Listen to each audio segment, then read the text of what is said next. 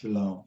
I want to make this video addressing there's many Israelites out there that believe they do not have to honor, well, let me put it this way, they do not have to keep the Torah because they are in captivity. So they do not keep the Sabbath. They do not keep any of the commandments because they are in the land of their captivity. They are not back in the land of Israel. So they believe they do not have to keep any of the commandments. But my thing is, if you are not honoring the commandments of Yah, are you dishonoring them by meaning, are you doing the very opposite of what the commandment is saying because you are in exile? Because I'm not trying to say anything that will offend anyone, because I know some people that I'm friends with on Facebook that believe this way, that they cannot honor the commandments because they are in exile. And I agree that there are some commandments that we cannot keep because we are in exile. But I do not believe that give us a green light just to throw all of it out because we are in an exile. I believe there are some commandments that we can keep while we are here in the land of our captivity. I want to read from the book of the Torah. I want to read from the book of Deuteronomy, chapter 30. I will be coming from the King James Version of the Bible, because many of our people love and respect the King James Version. I just want to come from a translation that's more understandable for them. It's something that they feel more comfortable with hearing. So the book of Deuteronomy, the book of Devarim, chapter 30, starting at verse 1. Hallelujah.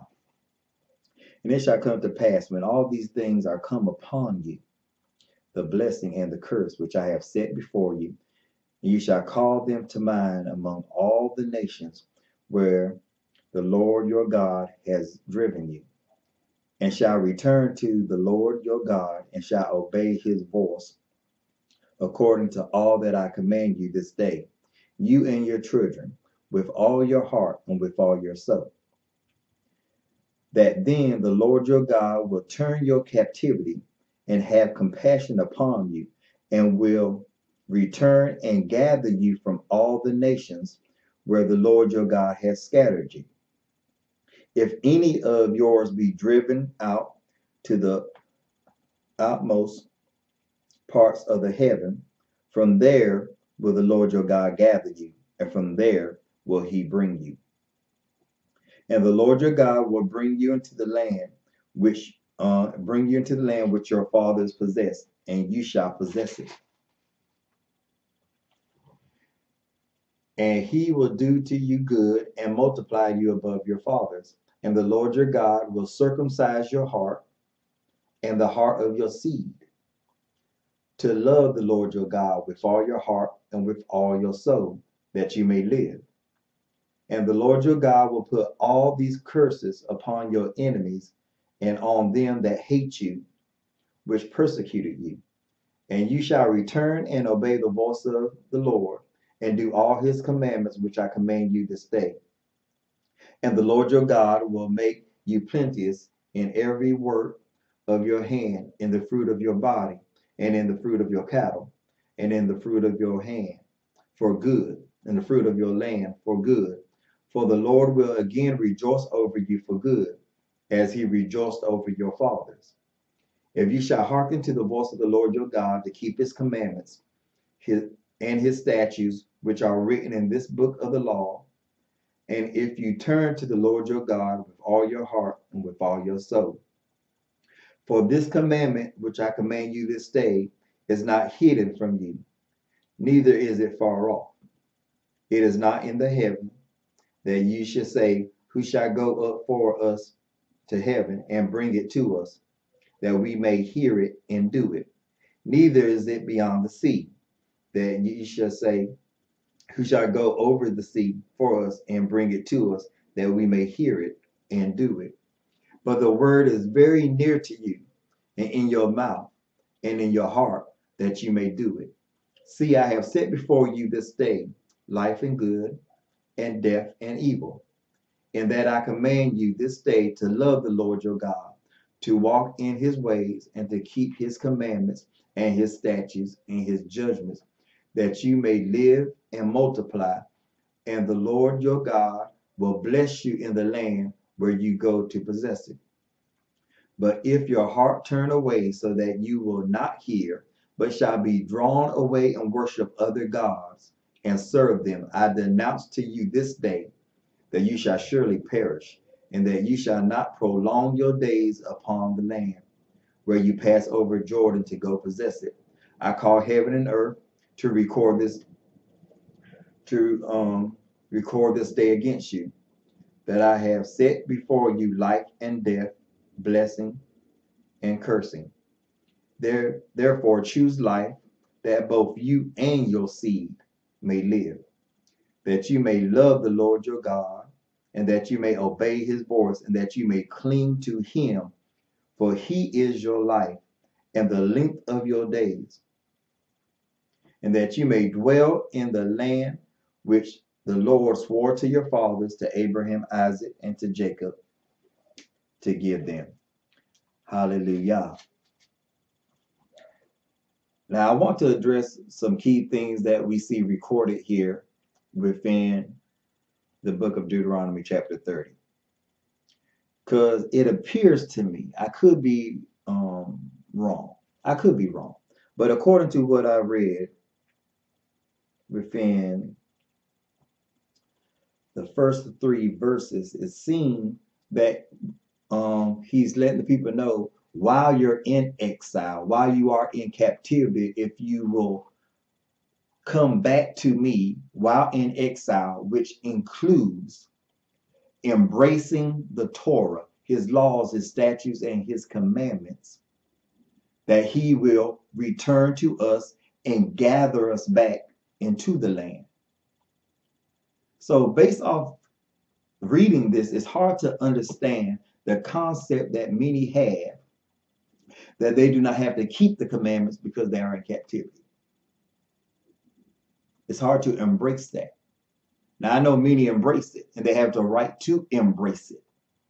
It's just that I don't see how you can embrace it when he is telling us, when you return to me while in captivity, when you basically reset yourself, when you remember who you are and who he is, and you return to keeping his commandments, when we return to worshiping him and him alone, he said, I will turn your captivity. I will change things for your good, and I will once again gather you back into the land of promise. But that happens when we come to ourselves, so to speak, and return to him.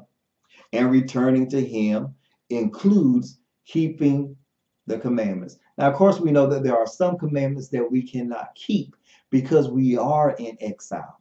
We cannot do animal sacrifices. We cannot plant trees and do certain things that he said that is to be done in the land. That is understandable. That's understandable. That's just perfect. We understand that. That's not hard to fathom. But to think that it's all right to not keep the Shabbat because you're in captivity, you got to remember the first time they kept the Shabbat, they was in the wilderness. They were not in the land of promise yet. They was in the wilderness, and they kept the Shabbat. They kept commandments during the 40 days of journey, and they were still trying to honor and obey God even before they were in the land of promise. So we see within the scriptures that they kept God's instructions even though they have not yet entered into the land of promise. And based on what I just read, it appears that Yah see that we can return to him even in captivity. Because for some of you who say you do not have to keep the commandments, do that mean that you just choose to commit adultery? Do you dishonor your parents? Do you covet? Do you steal? And you blame it on the fact that you are in captivity, and it's like it's okay now because we're in captivity? I'm trying to really understand, how does it work? Because I believe personally, along with many other people that believe, that we are to keep that which we can keep while in captivity. Yes, we know we can't do sacrifice, as I said before, because that could only be done in the land of Israel. And the Levitical priest has to be in place and restored and do the function of the priesthood as pertaining to the offering the sacrifices. We get that, understand that. But what about honoring our parents? What about honoring him alone? What about how we treat one another and how we treat him? That can't be done here. I can respect and worship Yah only here. I can understand the concept of the Shema, the Hear, O Israel, the Lord your God is one. I can get that here and honor that. I don't have to be in the land of Israel to honor that or to embrace that. I do not have to be in the land of Israel to embrace the concept of stealing is wrong. That murder is wrong. I can honor the commandments here in captivity, which in turn will help in our redemption. Because when Yah sees his people returning unto him with a whole heart and with all their soul and with all their might, he said he will turn our captivity and once again gather us back. So let us just keep reading. I'm just want to stay with the first 3 verses. I want to go back and read that again, and I'm going to restore some things that need to be restored. And it shall come to pass when all these things are come upon you, the blessing and the curse which I have set before you, and you shall call them to mind among all the nations where Jehovah your Elohim has driven you, and shall return to Jehovah your Elohim, and shall obey his voice according to all that I command you this day, you and your children, with all your heart and with all your soul. That then,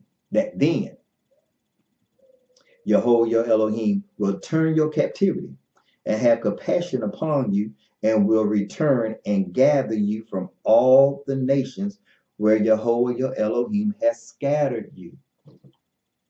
So it seems while we're in exile, while we're in captivity, Yah is letting us know when we turn back to him, which includes keeping his commandments while in captivity, that which we can keep.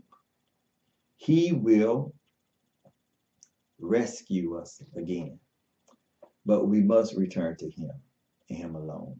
And returning to him it goes more than just acknowledging that we are Israel or that we are Hebrews.